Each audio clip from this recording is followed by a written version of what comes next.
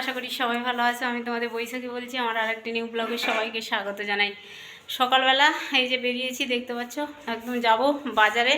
ঠিক আছে, মাছ নেই বাড়িতে, মাছ আনতে যাব। হাজব্যান্ড টাকা দিয়ে গেছে, তো আসি চলো বাজার থেকে, তারপরে রান্নাবান্না করব। সঙ্গে থেকো কেমন। এই যে দেখতে পাচ্ছ, রুটি পরোটা দু রকম হয়েছে। মা মানে রুটি খাবে না আজকে, বললো পরোটা খাবে। তো এই যে দেখতে পাচ্ছ, পরোটা খাচ্ছি, চা পরোটা খাচ্ছে, তার মধ্যে একটা পাটি গুঁড়ো নিয়েছে, দেখতে পাচ্ছ, পাটি গুড়। চলো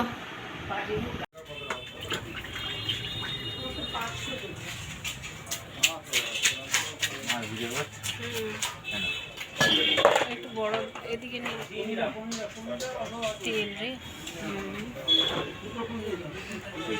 ঠিক আছে বন্ধুরা, ভীষণ রোদ। এই যে দেখতে পাচ্ছ, একদম এত বড় মাছ, আলু পেঁয়াজ নিয়েছি। এবার রোদে ক্যামেরা ধরতে পারছি না, তো চলো বাড়ি গিয়ে কথা বলবো কেমন। বন্ধুরা, বাজার থেকে এসে এই যে ফ্যানের তলায় দেখতে পাচ্ছ বসছি একটু। বিশাল গরম বাইরে, জল খাইনি, ঘামটা শুকিয়ে জল খাবো, তারপরে রান্না করবো, বুঝলে।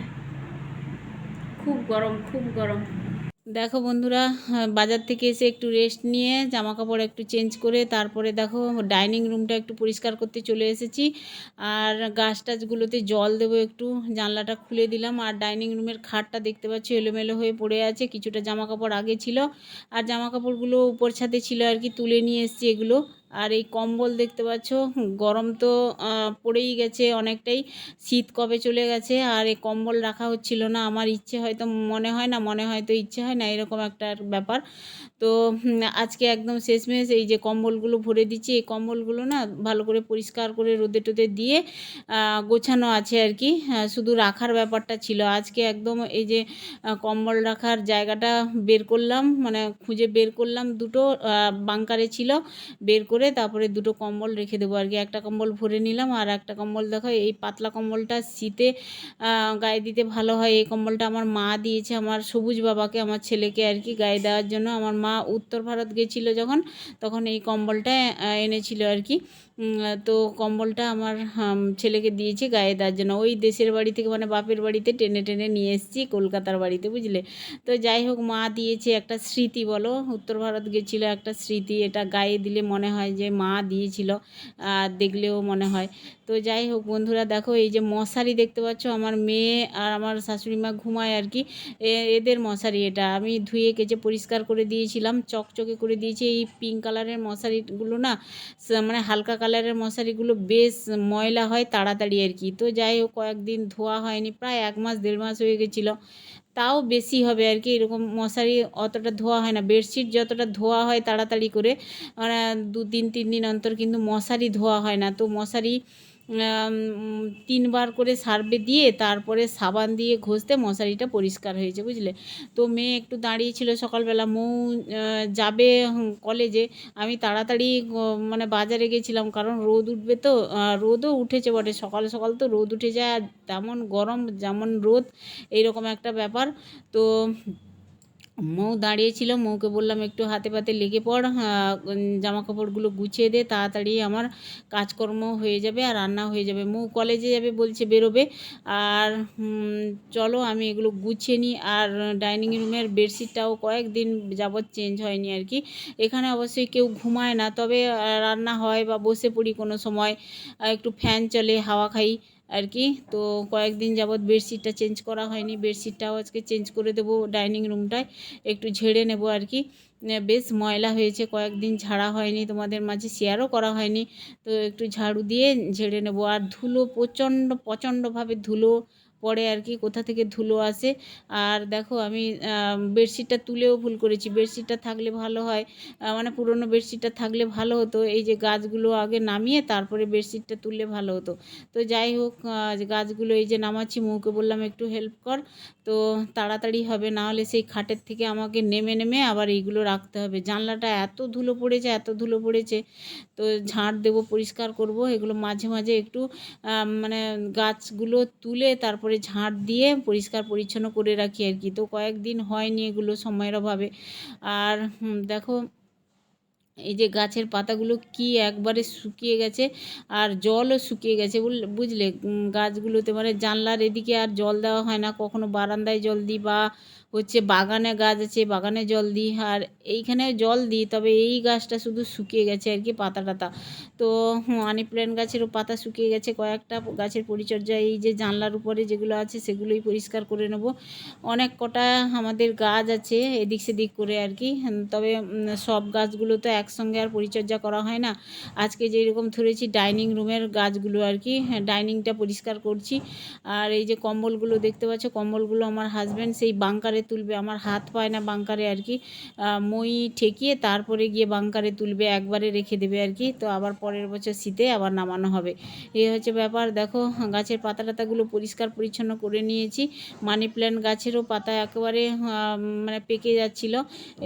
এইখানে আর মানে ডাইনিংটা বেশি ব্যবহার হয়, কিন্তু এই যে জানলার উপরে যে গাছগুলো রাখি তো মাঝে মধ্যে দেখি অবশ্যই, কিন্তু এত রোদ হয়েছে, এত রোদ পড়ে আর শুকিয়ে যায় আর কি গাছগুলো।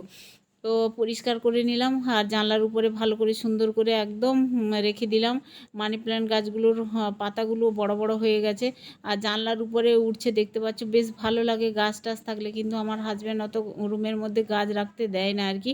সমস্ত গাছগুলো বারান্দায় রেখেছিলাম, আমি বাড়ি চলে গেছিলাম, ওই গাছগুলো তুলে একদম উপর ছাদে রেখে দিয়ে এসছে। আবার কবে এইগুলো না ধরে আবার উপর ছাদে রেখে দিয়ে আসে আর কি।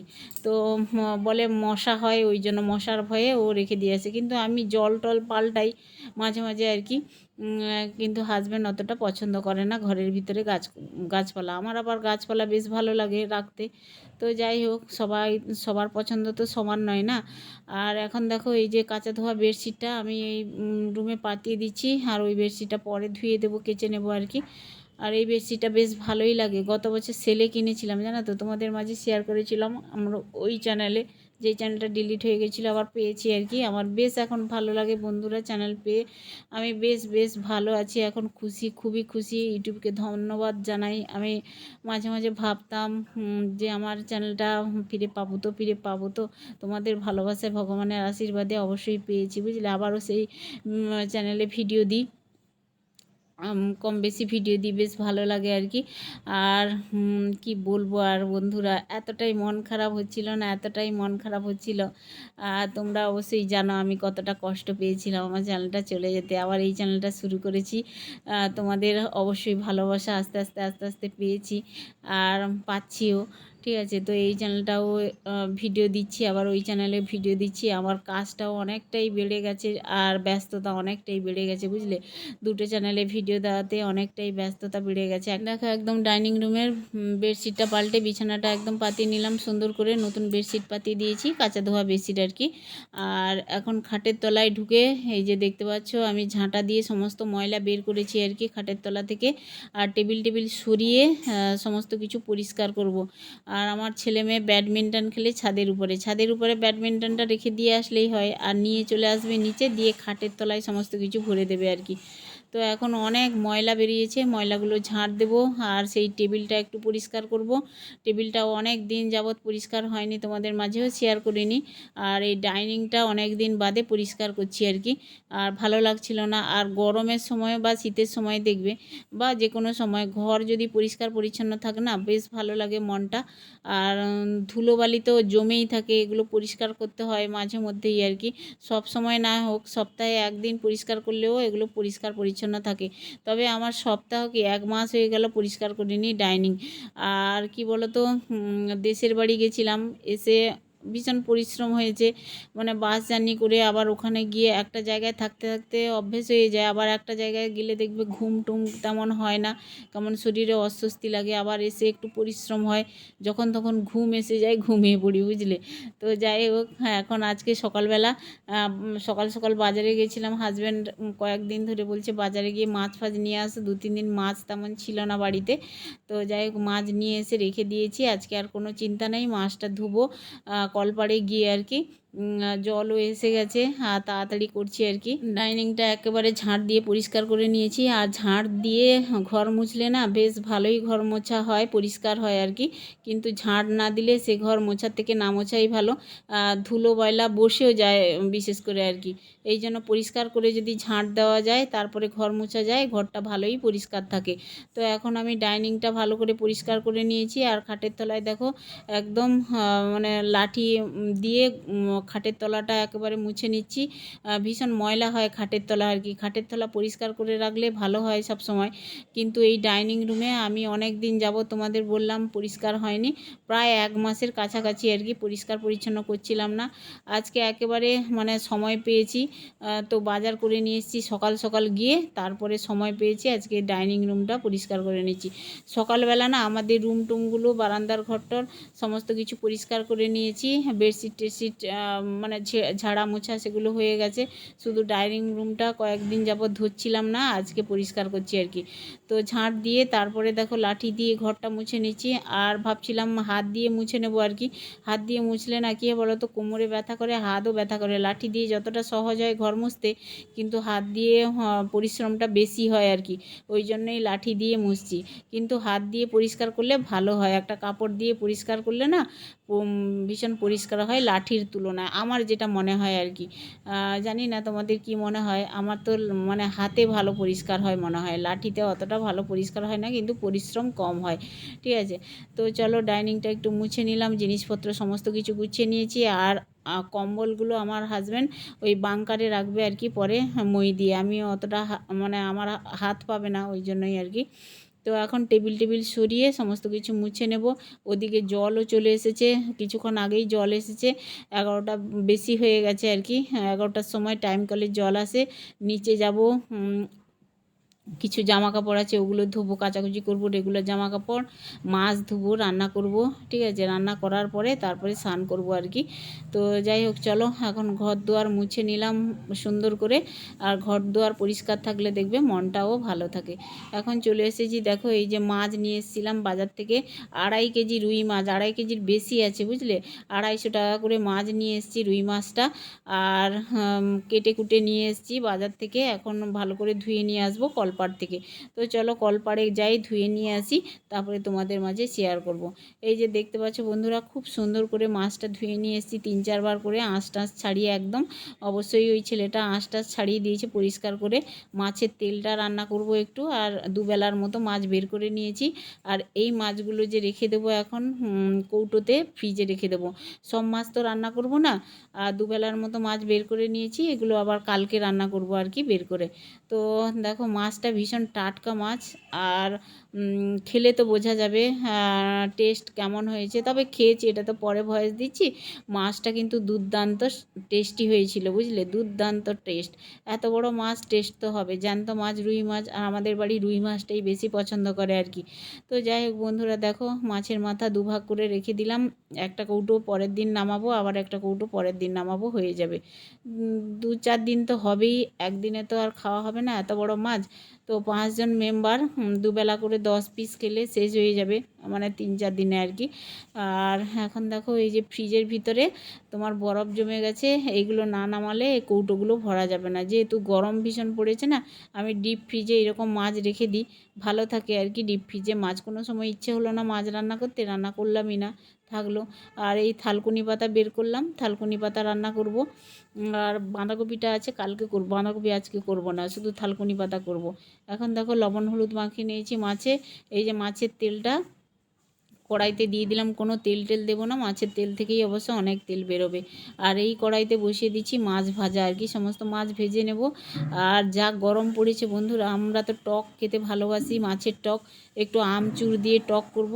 ভাবছিলাম আম নিয়ে আসবো, আর মনেই নেই বাজার থেকে যে আম নিয়ে আসবো। তবে হাজব্যান্ডকে বলেছি আম নিয়ে আসার কথা, মানে অফিস থেকে ফেরার পথে, তো আম ও পেলে নিয়ে চলে আসবে আর কি। এই যে দেখতে পাচ্ছ মাছগুলো লাল লাল করে ভেজে নিয়েছি, এখন টক রান্না করব।